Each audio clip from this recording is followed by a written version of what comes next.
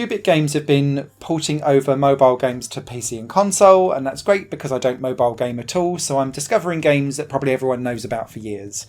Golf Guys, spot the influence there on the title, is a battle royale game that's all about golfing, and it takes you from 12 players to 8 to 4 to one winner over the course of 3 rounds of golf. But it's 3 different types of golf, and this is what kind of intrigued me. So there's the usual golf where you're trying to be the first one into the hole to win. It doesn't matter about the amount of shots you take, it's around speed. The second one is much more around mini golf and crazy obstacle courses to get around. And the third one is like target practice golf. So it's like top golf where you've got rings around the edge of the central hole, and depending on how close you get to it or into the hole depends on how many points you get. There's 21 courses in total across those 3 disciplines, and they're picked at random whenever you go to play. They all have slightly different control styles as well, but what I found really useful with this, particularly when playing with other people, was that it's moved away from that flicky analog stick that you get from things like the golf club and sometimes the PGA Tour games, where you have to be quite dexterous and acute with some of your actions. And this takes me back to the 90s version of gauge style golf games. So when you're playing the actual full-on golf where you've got to be first one in the hole, you move the analog stick around to show where you're going to be hitting, and you can pull back slightly so that you don't have to use the full strength of your club. And once you're in vaguely where you want it to be, you'll just press a button and off and away you'll hit, and that's quite nice and easy to understand.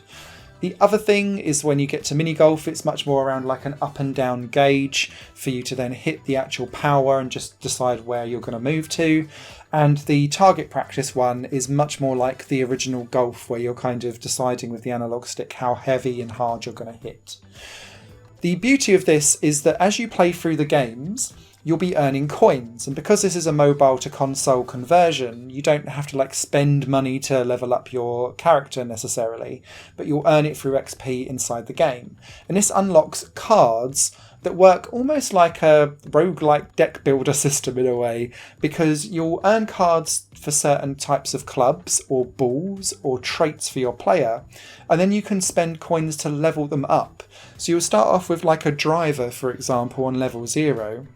If you earn like 10 of those cards, you'll be able to level up the driver to the next level, and it will be able to hit further, but also be less affected by the wind, and it will be more precise and forgiving if you slightly knock askew one of the hits. Say if you're putting and you've totally like buggered it up, basically it won't be so harsh on you as you go through the game. So the more you play the game, the more better the equipment that you're going to have access to, which then means that you'll be able to be faster and potentially more precise and more reactionary as you try and score as many points as possible or get the ball in the hole as fast as possible. As a consequence, the AI opponents that you're going up against will get better and better and better too, because they'll match the type of cards that you bring into battle with what they're bringing into battle too. Now, as a game, Golf Guys is one of those things where I would probably bring it out for local multiplayer rotation every once in a while. You can have up to 4 players playing, which is great. There's also a Zen mode so that you don't have to just pick things at random in the Battle Royale mode. You can hone your skills, so to speak.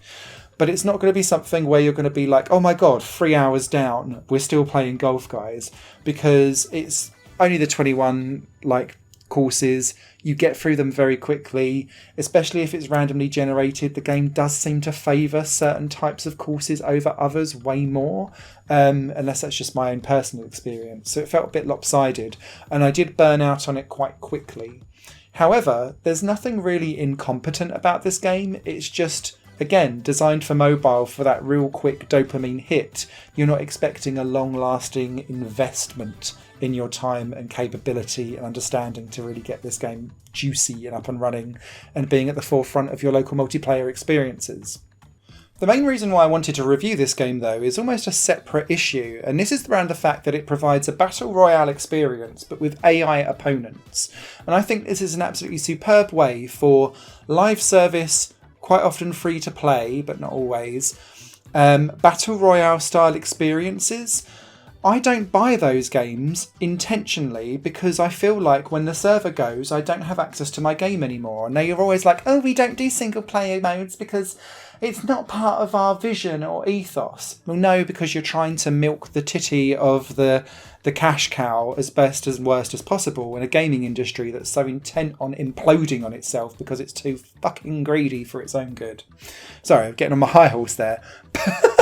But I just think the way how Golf Guys has implemented this is a perfect way for how these games, when the servers inevitably get shut off and you don't have access to the game that you've often spent your own personal time and money investing into, I just feel like placing in AI opponents and enabling you to have that game playable beyond like the servers, I just think that's the least that those types of games should be able to do. And if they're knowing that they're going to be shutting down, they should be able to invest time in being able to do that. I can probably count on one hand the amount of games that I can think of that have implemented some actual quality of life improvements to a game when the servers get shut off for online only games or online first games.